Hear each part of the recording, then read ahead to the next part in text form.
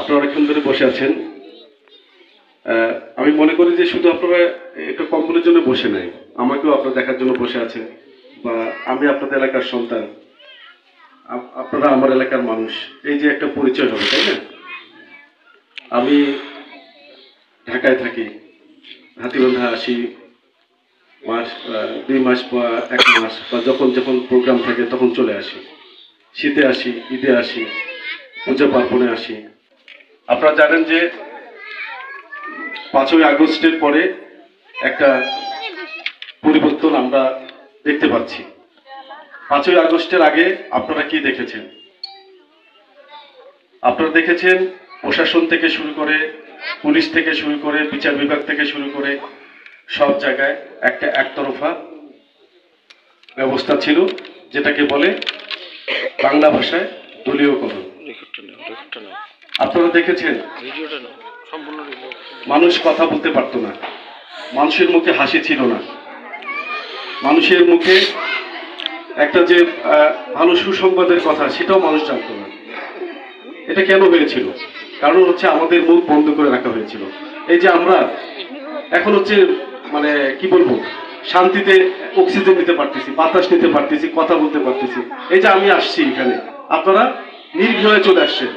কিন্তু যখন 5ই আগস্টের আগে ওই সরকার যদি ক্ষমতা থাকতো, আপনারা আসার জন্য এখানে দ্বিধাবিভক্ত হইতেন যে না, উনি তো বিএনপি করে, ওনার ওখানে গেলে বা আমাদের সামনের দিনে অনেক কিছু সুবিধা থেকে আমরা বঞ্চিত হব বা কথা বলতে পারবো না, তাই না? কিন্তু এখন কিন্তু ওই জায়গাটা নাই। বা আগামী দিনে আমাদের, আপনারা জানেন যে আমাদের জননেতা, আমাদের আগামীর প্রধানমন্ত্রী রাষ্ট্রপতি তারেক রহমান 31 দফা কর্মসূচি নিয়ে আসছেন। তার আগে আপনাদেরকে আমি একটা বিষয় একটা বিষয় নিয়ে যেতে চাই, বেশি সময় নেব না। এই যে আমার পিছনে একটা ব্যানার দেখতে পাচ্ছেন, আপনারা দেখেন ওই যে ব্যানারের বাম পাশে ওটা কার ছবি দেখেন তো? শহীদ রাষ্ট্রপতি জিয়াউর রহমানের ছবি। উনি এদেশের স্বাধীনতা ঘোষণা করেছিলেন। সেই স্বাধীনতার ঘোষণা যে করেছিলেন, সেই ইতিহাসটাকেও গত ফ্যাসিস্ট সরকার চক্রান্ত করে এই ইতিহাস থেকে বাদ দিচ্ছে, বই থেকে বাদ দিচ্ছে। চিন্তা করছেন আপনারা? যে লোকটা স্বাধীনতার জন্য যুদ্ধ করলো, মাঠে ফিল্ডে যুদ্ধক্ষেত্রে যুদ্ধ করলো, তারপরে এসে উনি যুদ্ধ ঘোষণা করলেন, স্বাধীনতা ঘোষণা করলেন, দেশ স্বাধীন হইল। তারপরে উনি ক্ষমতায় আসলেন, আসার পরে আধুনিক বাংলাদেশ উনি করলেন। তারপরে কি করলেন? উনি বাংলাদেশের সমস্ত জায়গায় গ্রামে গঞ্জে ছুটে গেলেন, খাল খনন কর্মসূচি চালু করলেন। কি জন্য? আপনাদের জন্যই তো। যে না, এই যে ভারত যে এই যে তিস্তা নদীর পানি কিভাবে তারা শোষণ করে, সেই জায়গাটা থেকে মানুষ কিভাবে রক্ষা করবে, উনি কি করলেন? সারা বাংলাদেশে খাল খনন কর্মসূচি চালু করলেন। এই লোকটা কি করলো? ইতিহাসটাকে, তার যে ইতিহাস ছিল সেটাকে বিকৃত করার চেষ্টা করা হলো, একদম মানে পাতা থেকে মুছে ফেলা হলো। তারপরে আসেন বেগম খালেদা জিয়া, উনি আমাদের মা, আপনি সবাই জানেন। উনি এদেশের মানুষের জন্য ওনার জীবন, ওনার সবকিছু দান করেছেন। এমন কোনো দিন নাই যে উনি বাংলাদেশের মানুষের জন্য চিন্তা করেন না। ওনার আমলে কি হলো? উনি তত্ত্বাবধায়ক সরকার নির্ধারণ করলেন, মানে কি মানুষ যেন নির্ভয়ে ভোট দিতে পারে। সেই জায়গাটা কি করলো গত সরকার? চিন্তা করলো যে না, মানুষের জনসমর্থন তো নাই, মানুষের ভোটে পাবে না, তখন কি করলো? তত্ত্বাবধায়ক সরকারের বিধানটা তুলে দিল। খালেদা জিয়া যেটা করেছিল আপনারা দেখেছেন। তারপরে দেখেন আমার বাম পাশে ওই যে তারেক রহমান, এখন বাংলাদেশের উনি প্রতিচ্ছবি, অর্থাৎ উনি এখন নেতৃত্ব দিচ্ছেন বিএনপিকে। ওনার বিরুদ্ধে কি হলো?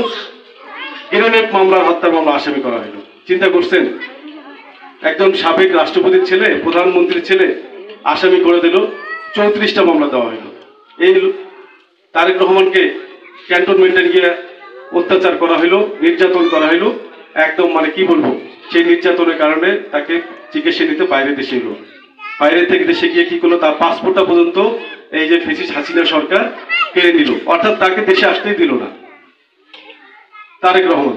তারপরে আছে কি আমাদের দুলু ভাই, আমরা সবাই চিনি, মাটির মানুষ। উনি যখন উপমন্ত্রী ছিলেন, কখনো ওনার কাছে গিয়া চাকরির জন্য কেউ টাকা পয়সা দিতে হয় নাই। উনি সবসময় লালমনিরহাট মানুষের জন্য কাজ করে গেছেন। উনি আগামীতে একটা ডাক দিয়েছেন, কি ডাক?